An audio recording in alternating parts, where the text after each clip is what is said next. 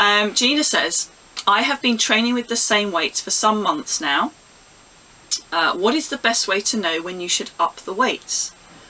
Good question, really good question. Because this is fundamental to strength training, and not everyone knows the answer. The short answer is increase the weights as often as you can, you know, because we're here to get strong, we're here to make progress.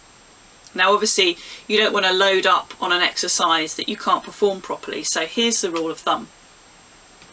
Whatever sets and reps you're doing, so let's make it simple. Let's say you're doing a chest press for 3 sets of 10, okay? And let's say you're using the 5 kilo dumbbells.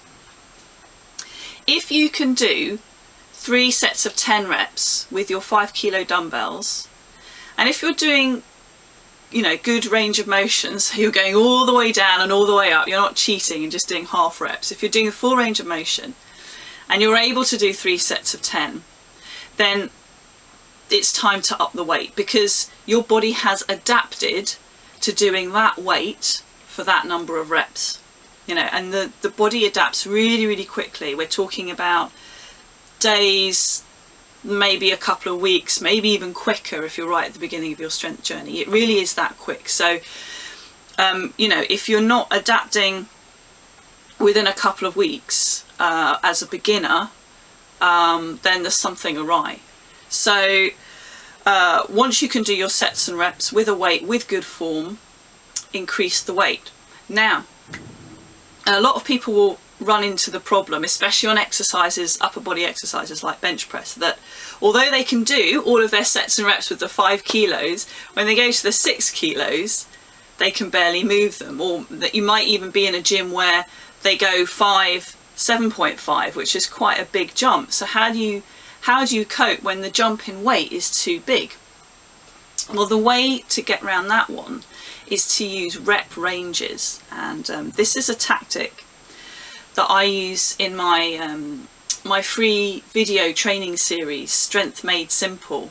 Part of that video series is a beginner strength training program, and in that program I use the idea of a rep range to keep people making progress. So with a rep range, you take a rep range, let's say 5 to 8 reps, and you start off doing 5 reps with a particular weight, and then the next session you keep the weight the same, but you do an extra rep, so you do 6 reps for however many sets, and the session after that you do 7 reps, and so on up to 8 reps. And once you get to 8 reps, you go back to 5 again, but this time with a little bit more weight.